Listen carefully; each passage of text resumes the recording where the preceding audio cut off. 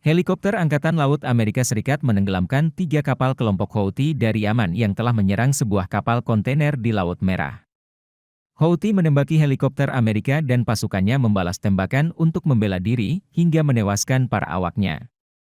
Satu perahu berhasil melarikan diri dari daerah tersebut, kata Komando Pusat AS, Cencom, dikutip dari AFP. Maersk telah mengonfirmasi adanya serangan terhadap kapal dagang Hangzhou pada Minggu pagi ini di Laut Merah bagian selatan.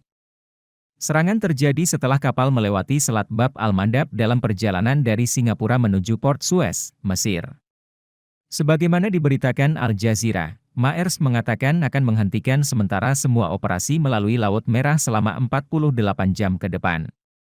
Houthi menjelaskan bahwa tujuan serangan kapal di Laut Merah sebagai pembalasan atas penindasan terhadap rakyat Palestina oleh Israel.